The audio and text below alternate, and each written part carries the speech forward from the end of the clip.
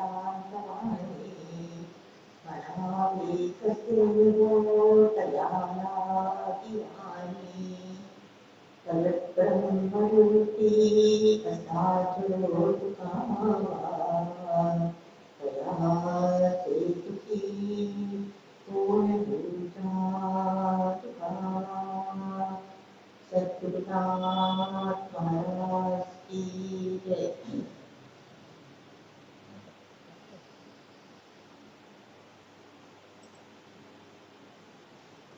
श्री गणेशाच्या चरणी, शारदेच्या चरणी, सद्गुरू चरणी मनोभावाने नमन करून आज आपण तुकारामांचे अभंग हे हल्ली बघत आहोत।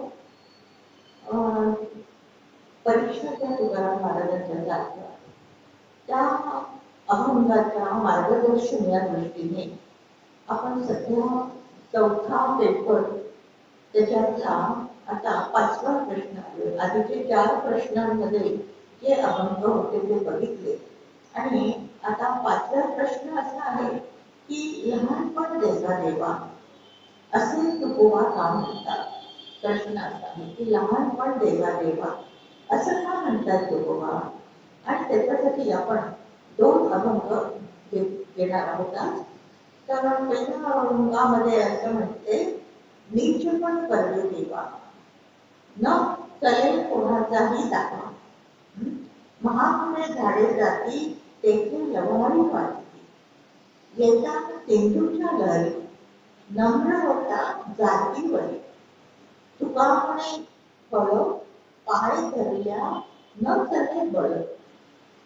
तर असा हा अभंग आहे की नीचपण करले देवा म्हणजे काय म्हणता येते की देवाला प्रार्थना करताय की लहानपण तू काय आहे मला दे आणि लहानपण खूप चांगलं होतं कारण न त्याने कोणाचाही दावा कारण लहानांवर कोणाचे वैर नसते। मग पुढे म्हणतात महापुरे झाडे जाती जसं महापूर आला की मोठी मोठी झाडं सगळी वाहून जातात एवढी प्रचंड मोठी झाडं त्या महापुरात वाहून जातात पण तेथे लवाळी वाजते पण लवाळी असतात ना ते काही वाहून नाही जात ते आपले काय आहे टिकून राहतात एवढ्या महापुरात। तसं म्हणतात पुढे येता सिंधूच्या लहरी नम्र होता जातीवरी सिंधूच्या लहरी समुद्राच्या लाटा येतात तर ती लाट आली की खाली बसलो तर लाट वरून निघून जाते काही होत नाही। तसं म्हणतात तुका म्हणे पाय धरल्या न चले बळ की म्हणून जर आता काय आहे की तू पाय धरल्या न चले बळ म्हणजे जर आपण नम्र झालो तर काय होतं बलवानाचे म्हणजे पाय धरले ना तर त्याचं बळ काय होतं चालतच नाही त्याच्या पुढे कारण बलवानाने तिथे नम्रता केली की तो बलवान काय आहे त्याचं बळ तिथे दाखवत नाही। अशा प्रमाणे म्हणतात की प्रबळ जो आहे त्याला आपण दुर्बळ करण्याची युक्ती कशाची आहे नम्रते आणि म्हणून मनुष्याने नम्रता धारण करावी असं तुकाराम महाराज त्याच्यातून आपल्याला खूप मोठा संदेश देतात। म्हणून लहानपण म्हटलेले की मला लहानपण दे कारण का आता लहानपण म्हणजे काय म्हटलेलं आहे जसं आता लहान मुलं आपण बघतो काय छान खातात पितात फिरतात त्यांच्या काय आहे काही कशी त्यांना कटकट काही नसते। तसं इथे लहानपणाचा अर्थ असं म्हणतात की ज्याच्याकडे सत्ता संपत्ती जातीचा अहंकार आणखी विद्वत्तेचा अहंकार अशा अनेक अंगाने तो खूप मोठा जो आहे त्याला काय होतं त्याला दुसरे वैरी येतात अकर्णच कारण आता एखादा आता म्हणतो एक विद्वान आहे त्याला दुसऱ्या विद्वान त्याचं वैर करतं कारण त्याचे सगळे प्रवचन ते पळवलेले असतात म्हणून त्याला याला सगळीकडे नामना मिळते मला तेवढी मिळत नाही। एखादा व्यावसायिक असतो त्याचा पण त्याचा व्यवसाय चांगला नसतो पण दुसऱ्याचा व्यवसाय तेवढा चालत नाही मग तिथे काय होतं अकारण वैर म्हणजे त्याने काय बिघडवलं म्हणजे काहीच नाही असं सगळ्या क्षेत्रात बघतो आपण. डॉक्टरच्या क्षेत्रात आपण या राजकारणात सगळीकडे बघतो की जेवढं त्या ठिकाणी मोठेपण येतं ना तेवढं दुसरा काय असतं त्याचा अकारण वाईट करतो. कारण वास्तविक आता विचार खरा म्हणून आपल्याला इथे असं शिकवतात त्याच्यातून की वाईट करायची खरी काही गरज आहे का. आता त्याला त्याच्या प्रारब्धाप्रमाणे कर्माप्रमाणे त्याला मिळत असतं. मला नाही मिळालं पण त्याला मिळालं ना म्हणून ते काय आहे सहन होत नाही. आणि आज तरी सगळी मानसिकता अशीच आपल्याला वाढलेली दिसते. आपण सगळ्या टीव्ही सिरियल बघतो त्याच्यात हे दाखवतात ना सारखं एकमेकांना कसं खाली पडायचं आणि कसं त्याचं काय आहे त्याला परावृत्त करून मला नाही मिळालं म्हणून त्याला पण मिळू द्यायचं नाही. ही वृत्ती इतकी जोपासलेली आहे. आणि म्हणून इथे सांगतात की कितीही कीर्ती मिळाली संपत्ती मिळाली तर ती काय होतं आपल्याला दुसऱ्याला बघवत नाही. आजपर्यंत आपण बघतो खूप थोडे लोक ऐकणार येतात की सत्वगुण म्हणतो ना की छान झालंय तुझं वा आनंद आहे मला तुझ्या असं बघणारे खूपच थोडे आता राहिले. आणि आता हे सगळं तुकाराम महाराजांनी सगळं जाणलेलं आहे की पुढे पुढे म्हणजे त्यावेळेस पण असे होते त्यांचा विश्वास करणारे जेवढे लोक होते त्यांचंच मोठे पण कोणाला काय आहे मानवत नव्हतं.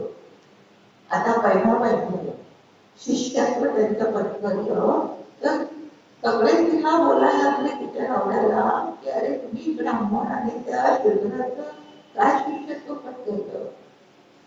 त्यामुळे काय आहे कारण त्यांना स्वतःला तो मान नव्हता कळत तुकाराम एवढा आणि त्याच्यामुळे काय होतं ते बघवत नाही.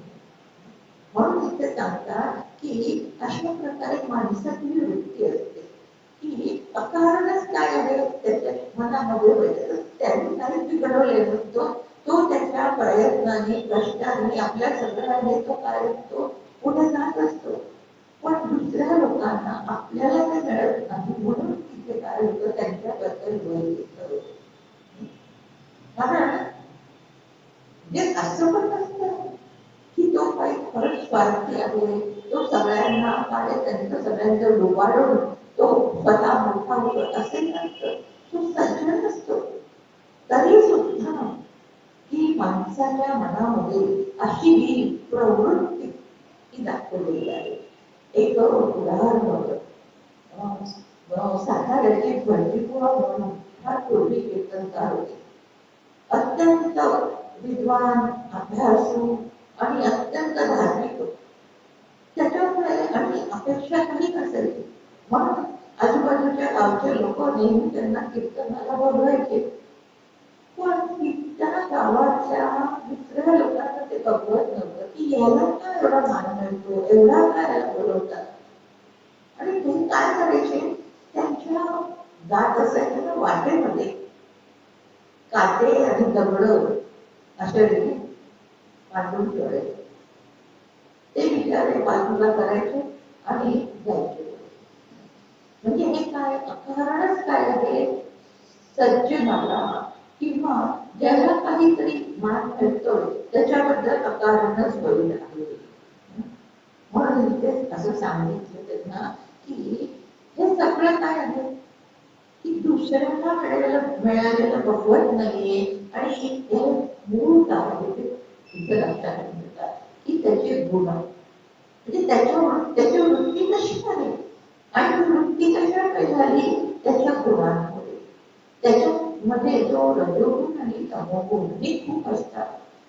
आणि म्हणून स्वतः प्रयत्न करायचं नाही स्वतः कष्ट करायचे नाही पण दुसऱ्याचं चांगलं होतं ते बघत नाही. आणि त्याच्यासाठी अशी पाचवी एक एक आले की इतक्या विचित्र आपण म्हणतो ना की माणसाचं मन विकृत असं झालेलं आणि त्याप्रमाणे तो त्या विकृतीला बघत येऊन काहीही कर्म करतो.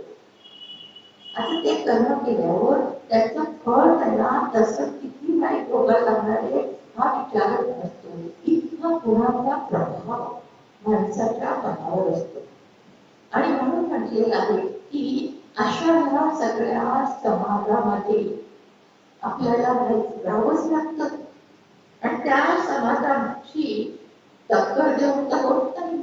आणि म्हणून त्याच्यामध्ये काय करतात, तुकाराम बाबा म्हणतात, लहानपणा देता देवा की नीचपणा बरवे देवा.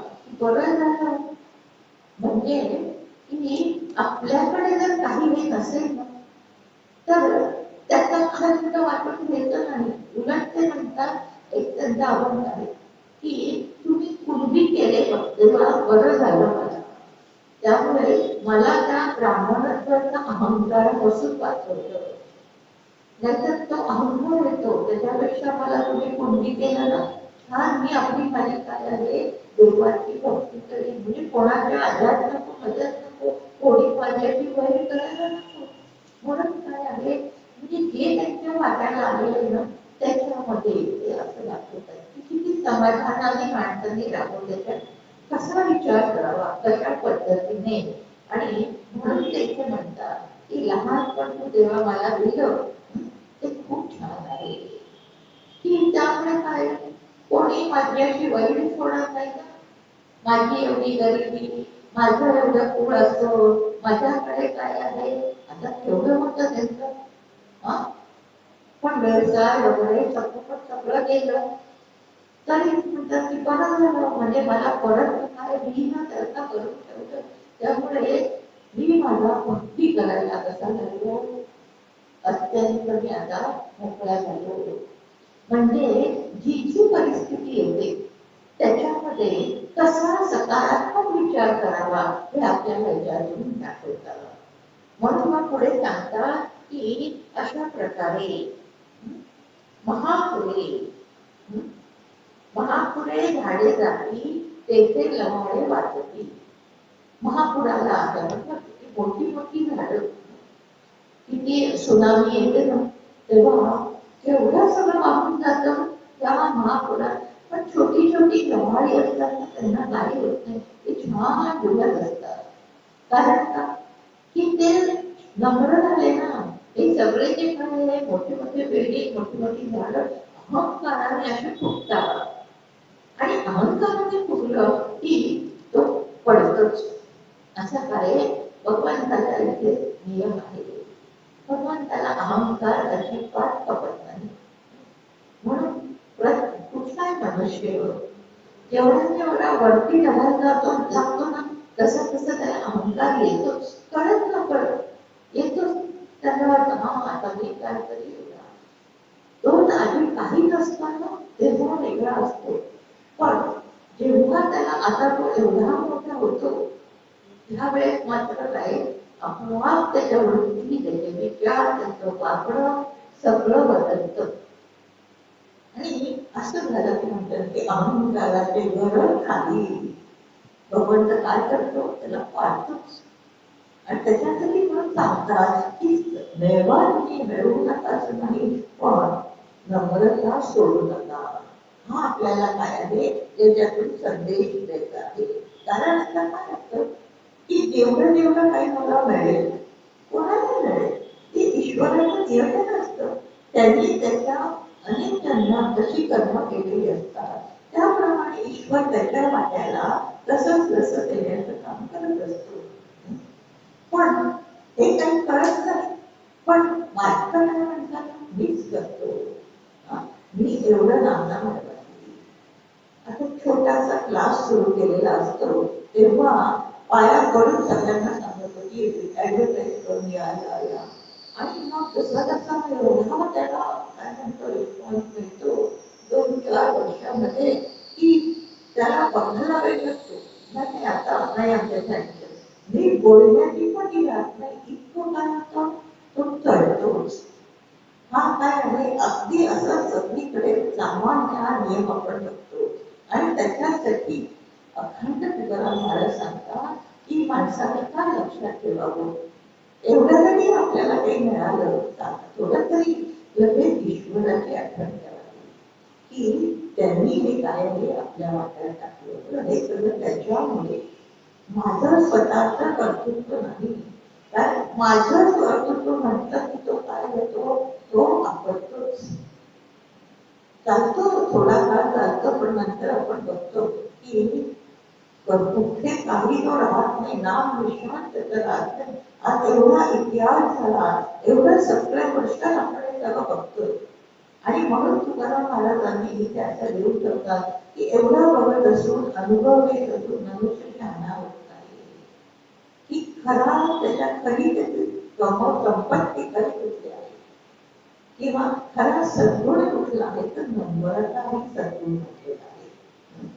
म्हणून नम्र भाव किंवा असं म्हणते ना दास्य भाव, सेवक भाव हा अखंड मनामध्ये जपावा. नम्र भाव तेवढा होतो की सगळे लोकांना पण तो प्रिय होतो.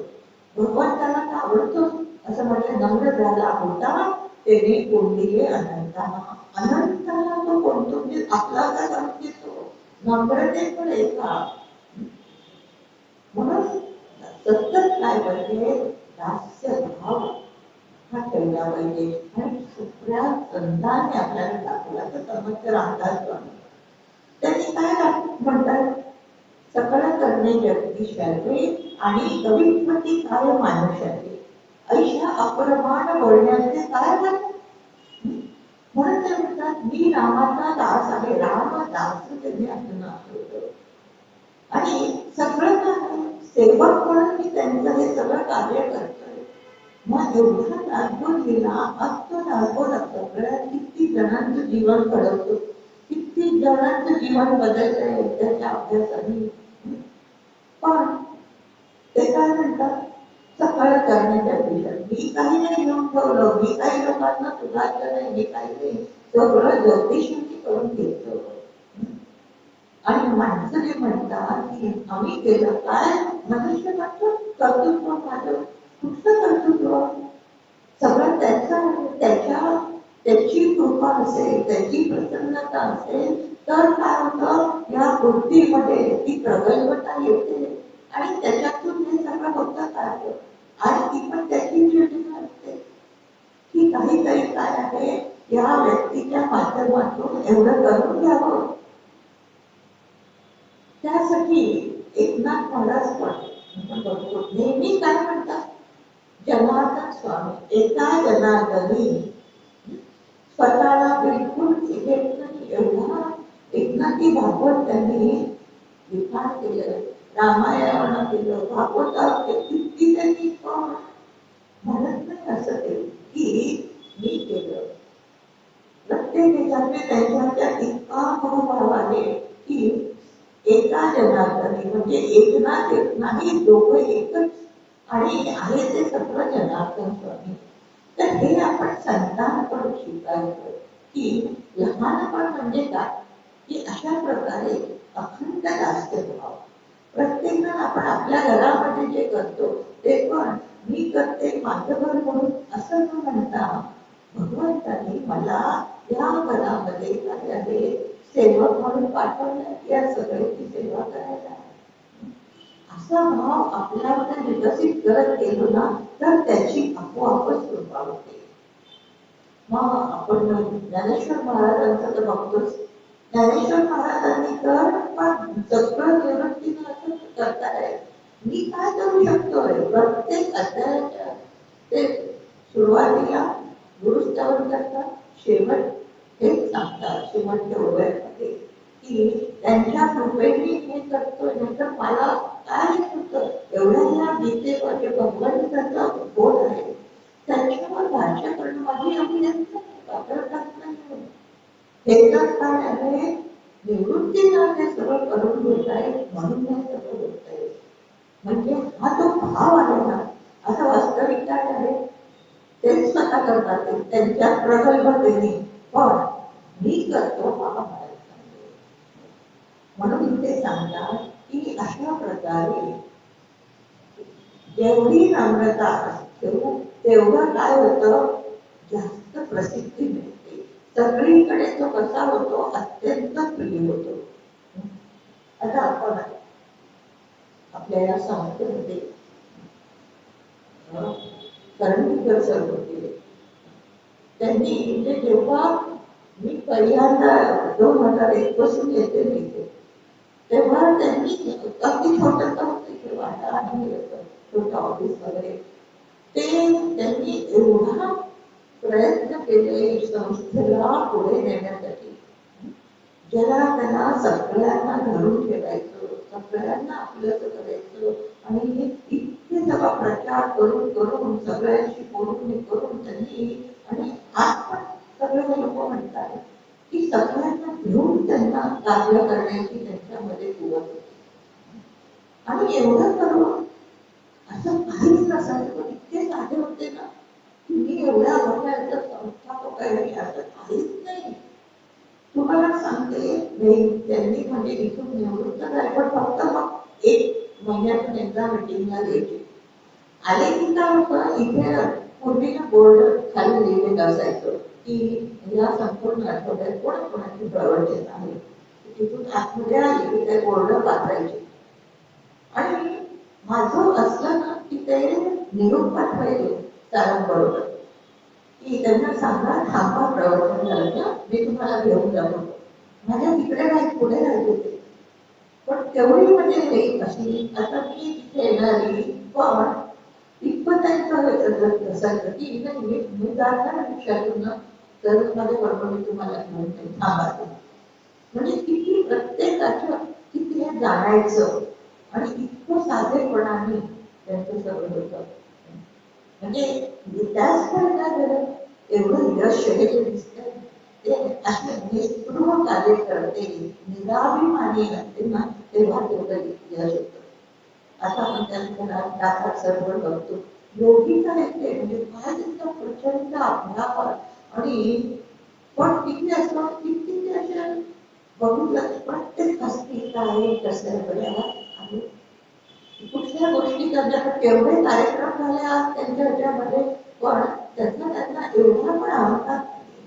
पटकन त्याला होती, त्याला त्याची विचारपूस करतील, त्याला म्हणजे ही जी नम्रता आहे ना, तीच काय करते भगवंताला ती प्रिय होते. आणि म्हणून म्हटलेले की अखंड, म्हणजे आता आपण त्यांचं पण केवढं पाहिजे पण ह्या वयात पण तेवढे कार्यरत आहे. ते कशामुळे, आपल्या गुणांच्या पुढे जेवढा सत्वगुण जास्त तेवढा भगवंत त्याला ते सगळं बळ देतो. आणि म्हणून इथे तुकाराम महाराज आपल्याला दाखवतात की नम्रता हा गुण प्रत्येकाने आपल्यात बाळगावा. तर आपण सगळ्यांचे चेहरे बघतो, रस्त्यात म्हणून काही नसतं, पण तरी आमचं आता एवढंच असं. आणि एखादा तसा घेऊन गेलेला चेहरा असतो की ज्याच्यात इथे हे सगळं असतं होता, अगदी शांत झालेला, म्हणजे किती छान वाटतो. आणि अहंकारी चेहरा बघितला तरी असं होतं, त्याला लांबत असं होतं. पण तो भगवंताला तर बिलकुल नाही होणार. माणसाचा कसा अहंकार नको वाटतो, भगवंताला तर ते आवडतच नाही. म्हणून पुढे सांगतात की समुद्राची केवढी मोठी लाट आली की काय होतं, एवढी मोठी केवढी वाटली जर उभं राहिला ना, आघात करून नक्की त्याच्यासमोर नेईल ती, ओढून नेते की नाही. पण तेच जर खाली वापरा एकदम तर काय तिथं काही तिचं बळ चालतं का, ती निघून जाते वस्तू, ती काही त्याला करू शकत नाही.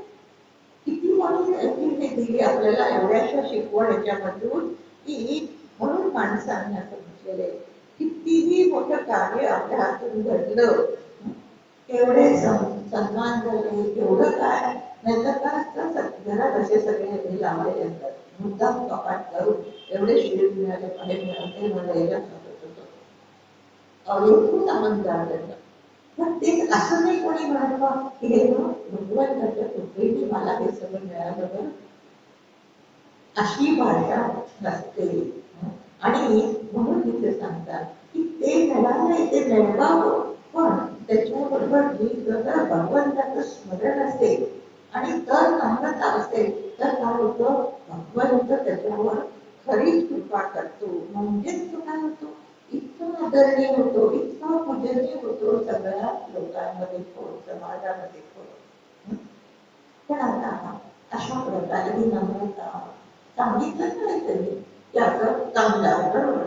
पण मग काय करायचं, कोणाला प्रश्न येतो ना की मग असं करण्यासाठी कशी काय नाते आणायचं आपल्यामध्ये, निराभिमानी कसं व्हायचं, कशी नम्रता बाळगायची. तर त्याच्यासाठी सतत संतांची संगती, ग्रंथांचं वाचन, श्रवण, मनन, गीतेचा अभ्यास, याच्यातूनच हे सगळे गुण काय होतात, विकसित व्हायला लागतात.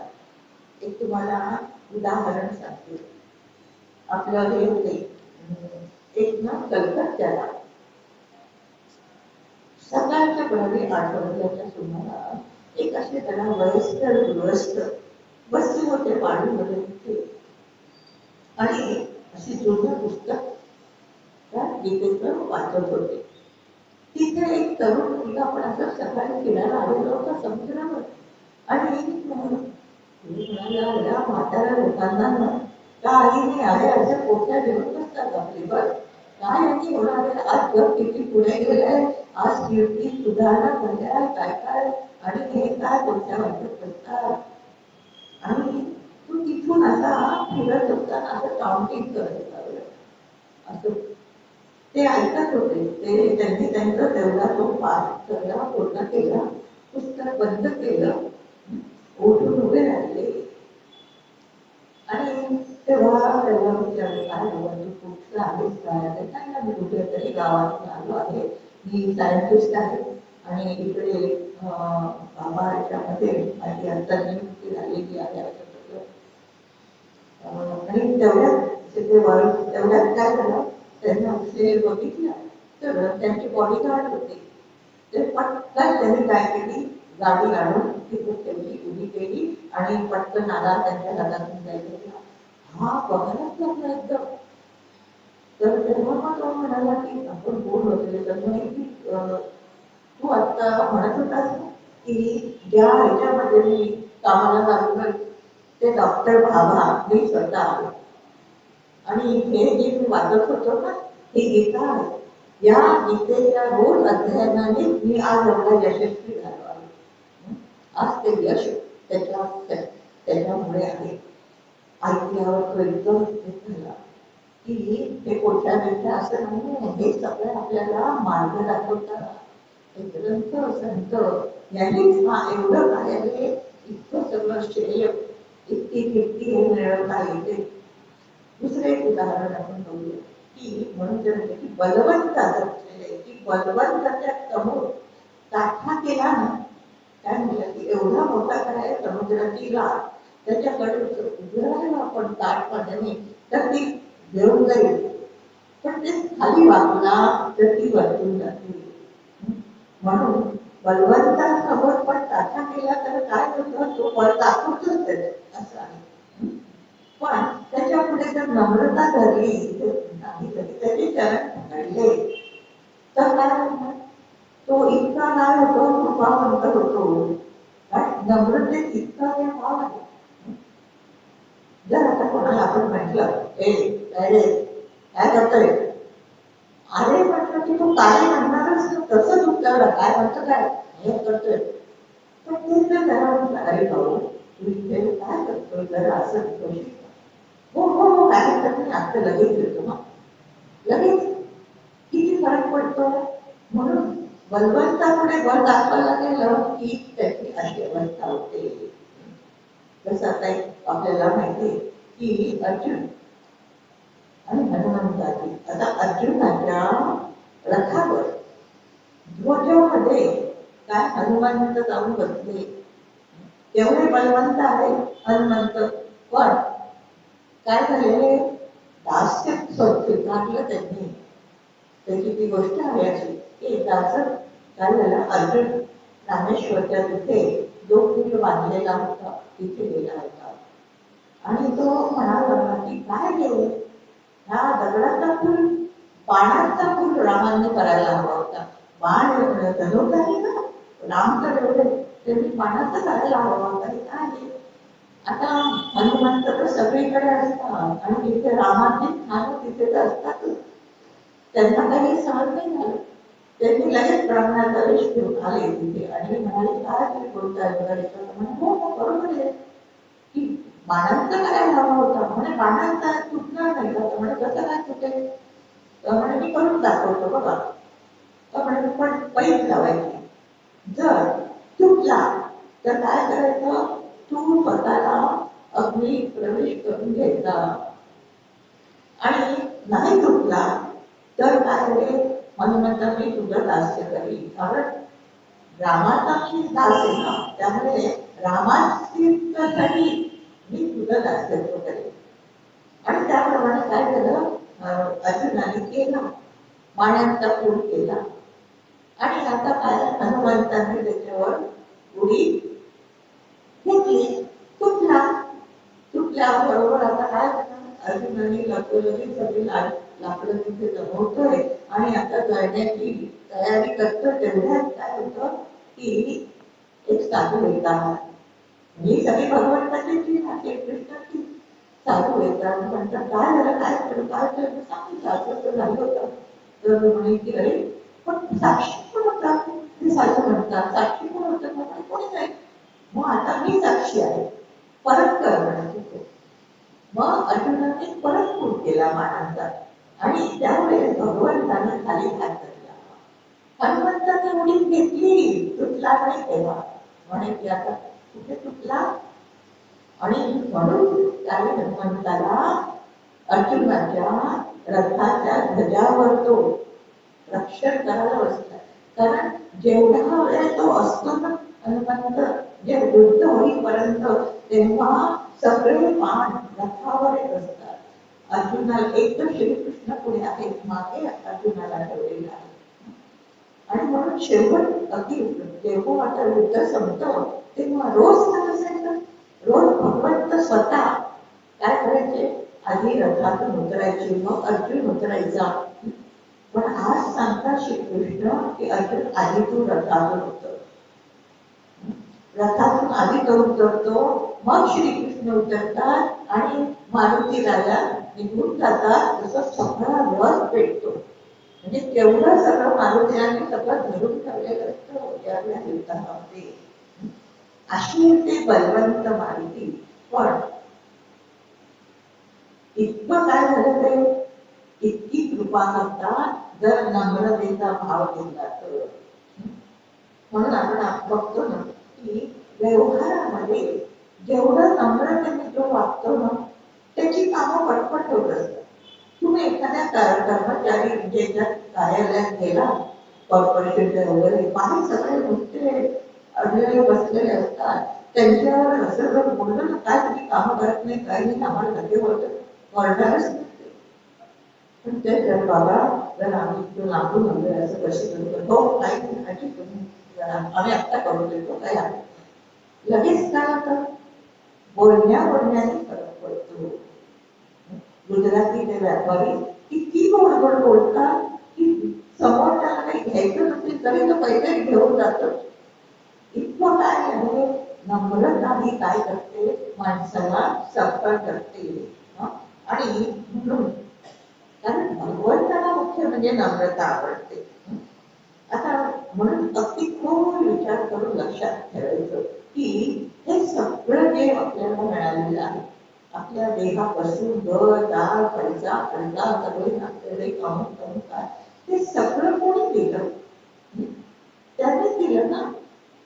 आणि त्याचा आपण मी मागो, माझे मुलं एवढे, माझं घर असतो, माझं असतो, माझं चुकतो, आता देणं जातो आणि खोट्यात अहंकार करतो माझी. आणि त्याच्यामुळे काय होतं, तो या जन्म मरणामध्ये सारखा फिरत राहतो.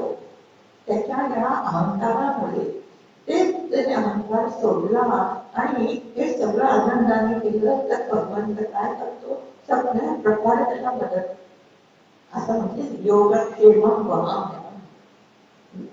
योग आणि क्षेम म्हणजे सगळी मदत करतो आणि ते परत टिकवून पण टिकलं पण पाहिजे ना. जे जे काय मिळालेलं आहे ते टिकत नाही, तो स्वतःच्याच गुणांनी ते सगळं घालवत असतो. कारण जेवढी उद्धटपणा येतो, जेवढा अहंकार येतो, तेवढे सगळे दुरावतात.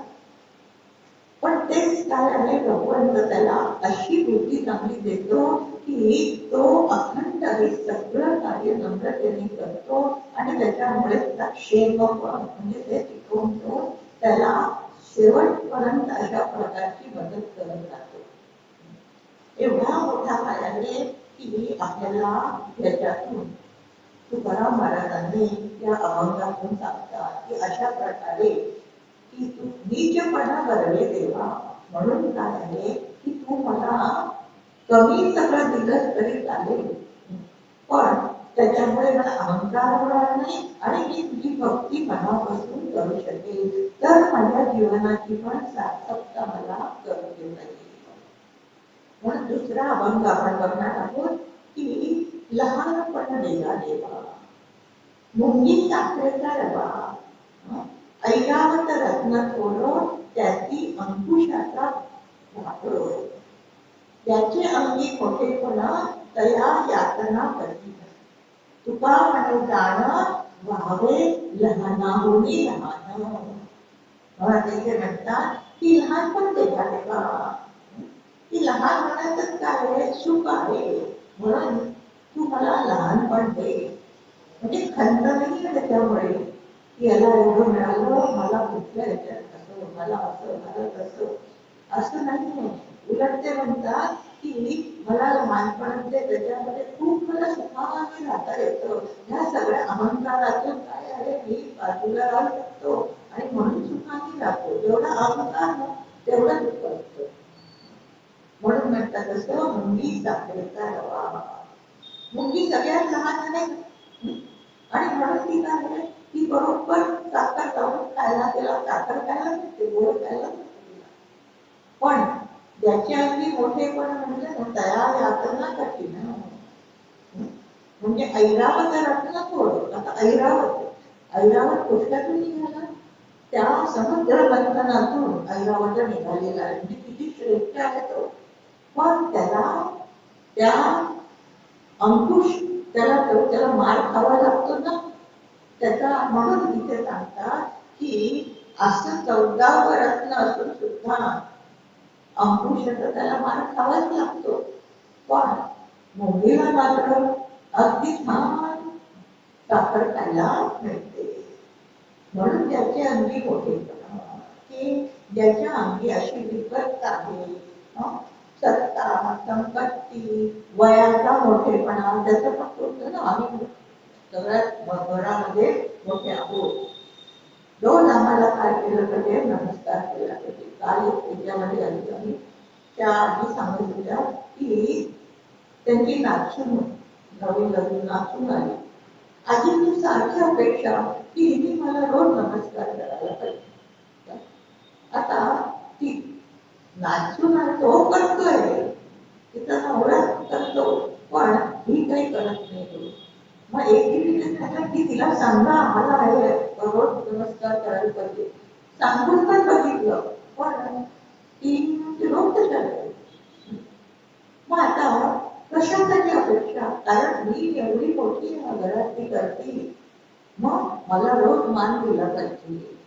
असं काय असतं, ते अत्यंत मोठे वयाच्या मोठेपणाचं. जसं जो श्रीमंत असेल त्याच्या समोर जाऊन सगळ्यांनी नमस्कार केले पाहिजे. याच्या दक्ष प्रजापतीला हा अपघात झाला होता की सगळेजण काय सभेत तो आला, सगळेजण उभे राहिले, पूजा केली, पण ब्रह्मदेव आणि शंकरांनी त्यांना काहीच केलं नाही, मान नाही दिला. खूप राग आला. ब्रह्मदेव तर ठीक आहे, माझे वडील आहे, पण हा माझा जावई, हा पण उभा नाही राहिला, यांनी मला मान नाही दिला. असा काय असतो माणसाला, असा अहंकार येतो. आणि म्हणून म्हणजे की कुठल्या कारणाने अंगी काही मोठेपणा आला की त्याला काय होतं, अहंकार येतो आणि त्यामुळे त्याला यातना सोसाव्या लागतात. आणि म्हणून तुका म्हणे जाणं व्हावे लहानाहुनी लहान, की मनुष्याने लहानापेक्षा पण काय आहे, लहान व्हावं म्हणजे नम्र व्हावं. म्हणून या प्रश्नाच्या जे म्हणजे लहानपणा देगा देवा, की का असं म्हणताय ते या सगळ्या अभंगात आपल्याला उलगडून दाखवतात. की लहानापेक्षा लहान इतकं नम्र झालं हे सगळ्यात काय असतं, सुखाचं जगणं असतं.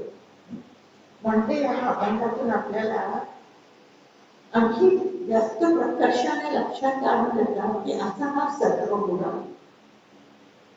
वाढवा. पण सत्वगुणाला तरच नम्रता येते. रजगुण तमोगुणात अहंकारच असतो त्याच्यामध्ये, आणि नम्रता घेतली ना तर उगाच दाखवण्यात येते. खोटी खोटी वरवरची असते, खरी नसते ती.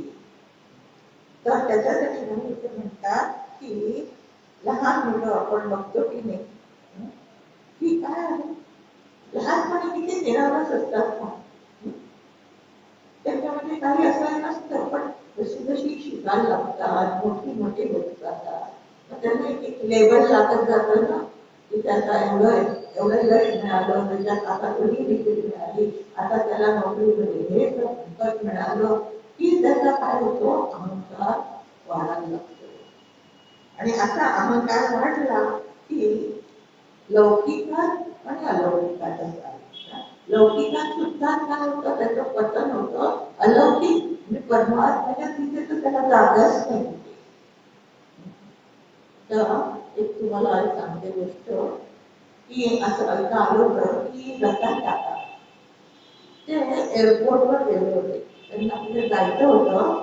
तर रतन टाटा आले आले कळल्याबरोबर काय सगळे जण भराभरा त्यांच्या पुढे पुढे त्या झाला, तुम्ही आधी राहा आणि तुमचं हे करा. ते जाऊन आपले स्वतः ते लाईनीत उभे राहिले. म्हणजे पुढे सगळं विचारायचं असतं आपल्याला, चेकिंग वगैरे, त्यानंतर ते पासपोर्ट वगैरे दाखवून सगळं तिथे लाईनी असतात, तिथे लाईनीत उभे राहिले. आणि लोकांना कळलं, म्हणजे तिच्या कर्मचारी सगळ्यांना की हे रतन टाटा ते नाही म्हणाले. त्यांनी आपल्या प्रतिष्ठेचा उपयोग नकच केला. ते म्हणाले नाही, मी सगळ्यांना नियमच मला मी लाईनीत बरोबर तिथे जाईल. म्हणजे ही काय त्यांच्यात एवढी नम्रता होती म्हणून ते असं वागू शकले.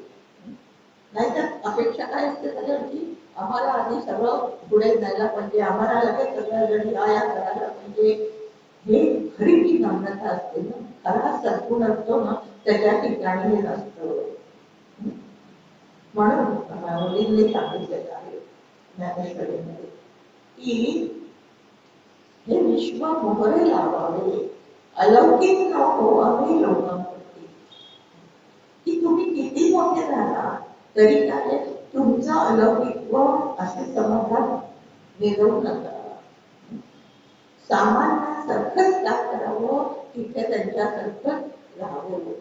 कारण हा असा हा खरा सद्गुण काय आहे, प्रत्येकाने आपल्यामध्ये काय प्रयत्नाने तो वाढवावा.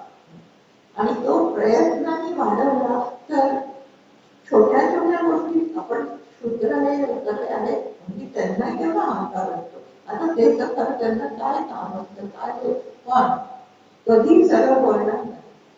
पण इतका तमोगुण असतो ना, त्याच्यामुळे प्रयत्नपूर्वक हे सगळं समजून उमजून काय करायचं आहे की प्रत्येकाला ईश्वराने काय केलेलं आहे, त्याला प्रत्येक ईश्वराचा अंश आहे, प्रत्येकाकडे ईश्वराचं लक्ष आहे. आणि म्हणून त्याला स्मरून काय करावं, प्रयत्न करत राहावे. आणि मग ज्याच्या वाट्याला जसं पुण्य असेल ना, तसं भगवंत त्याला देतच असतो. असं करतच नाही तो कधी पक्षपात. पण त्याच्यासाठी काय आहे की ही सतत जाणीव मनात ठेवत राहायची की प्रयत्न अंगी परमेश्वर आपण म्हणतो ना, तर प्रयत्न करत राहायचे आणि त्याचं फळ काही मिळत. तेव्हा यथार्थाने भगवंत त्याचं देतोच तो. किती आहे, किती अशी उदाहरणं आहेत की ज्याच्यामध्ये किती सगळं केलं आपण त्याला यशच येत नाहीये. आणि त्यावेळेस तो म्हणतो आता काहीच करणार नाही. तेव्हा भगवंत आकाशवाणी होते. विद्यारण्य स्वामींची गोष्ट आहे. विद्यारण्य स्वामी फार मोठे पंचदशी फार मोठे शृंगेरी मठाचे शंकराचार्य होते. त्यांच्या आधीच्या काळामध्ये ते हे आपलं कुठलं हरिहरन विजयनगरचं राज्य होतं ना, ते स्वतः सगळं त्यांनी साधना सगळी सोडून गायत्रीचे उपासक होते ते सगळं सोडून सेनापती झाले आणि पूर्ण राज्य सगळं किती वर्ष त्यांनी सगळं नीट केलं आणि नंतर त्यांनी वयाच्या 17 वर्षे सगळं सोडून झालं उपासना करताय. किती वर्ष उपासना केली तरी गायत्री प्रसन्न होईना आणि तेव्हा त्यांना राग आला त्यानंतर सगळं टाकून देतो. त्यांनी त्यांची अशी इच्छा होती की सगळं विजयनगर राज्य सोन्याने मांडावं म्हणून ते गायत्रीची करत होते. आणि त्यावेळेस आकाशवाणी आली आणि म्हणाली मागे बघ. मागे बघितलं तर सगळे मोठे मोठे डोंगर असे जळून सगळे खाली पडत होते. म्हणजे काय अर्थ आकाशवाणी म्हणाली अरे तेवढे तुझे पाप होते ते पाप संपले आता आणि आता तुला फळ मिळेल. अजून 1 वर्ष तू येतोय. आता तसंच होतं आपलं सगळ्यांचं की पुष्कळ आपण करतो आणि मग काही काही काही देव काही झोपलेला असते काही कशात नाही. पण काय असतं की तेवढे पाप संपायला लागतात आणि म्हणून तात्कालिक नाही मिळालं तरी पुढे मागे केला तरी त्याचं फळ मिळतच असतं. आणि त्यासाठी अखंड भगवंताची एकनिष्ठ नम्र होऊन राहिलं. एक छोटं उदाहरण सांगून आपण थांबूया. गाडगे बाबांचं उदाहरण. गाडगे बाबा सगळ्यांना माहिती आहे विदर्भामध्ये त्यांनी खूप काय करायचं खूप लोकांना त्यांची ग्रामगीता वगैरे आहे की इतकं लोकांना सुधारलेलं आहे. तर त्यांचं काम काय असायचं की रोज रात्री गावाकडं कीर्तन करायचं. आधी काय करायचं ते प्रत्येक गावामध्ये जायचे त्या गावाची सगळी सफाई करायची आणि रात्री तिथे करायला कीर्तनाला बोलवायचे. एकदा एकाला असं कळलं की गाडगे बाबा खूप खूप मोठे आहेत त्यांना भेटावं म्हणून तो कुठल्या गावात आहे त्याला कळलं तिथे गेला. तर तिथे गेला कळलं आज दिसते का ते शेजारच्या गावात गेले. हो पण तो काय त्या दिवशी रात्री सकाळी त्या गावात गेला. तिथे जाऊन तो विचारतोय सगळ्यांना की गाडगे बाबा कुठे आहे तर बऱ्याच थोड्या लोकांना बरोबर घेऊन ते काय खरं करून सगळं साफ करत होते. ते कोणी दाखवलं ते पण ते काय म्हणतात ते साफ करतात करायचं कोण गाडगे बाबा एवढे मोठे म्हणतात इतकी म्हणजे काय आहे इतकी त्यांच्यामध्ये नम्रता होती. म्हणून असं म्हटलेलं की तो मनुष्य आश्चर्यचकित झाला पण संतांचं हे भूषण सांगितलेलं आहे की जेवढं मोठे पण तेवढं काय असतं तो पूर्ण ईश्वराला अगदी शरण असतो. आणि हीच खरी काय आहे शरण जाणं नम्र होणं ईश्वराला हीच त्याची खरी कमाई असते. खरं त्याने जीवनात मिळवलेलं असतं. आणि हा संदेश आपल्या सगळ्यांना सांगण्यासाठी तुकाराम महाराजांनी या अभंगाच्या द्वारा ही सांगितलं शिकवण दिली की लहानपणा तुझा देवा की मला अखंड भगवंताचा अंकित भगवंताचा सेवक म्हणून प्रत्येकाने आपलं हे जीवन काय करावं व्यतीत करावं. तर आज आपण इथे थांबूया. पुढच्या वेळेस पुढच्या प्रश्नाचे पुढचे अभंग असं आपण काय आहे महिन्याला बघणार आहोत. तर जय जय रघुवीर समर्थ.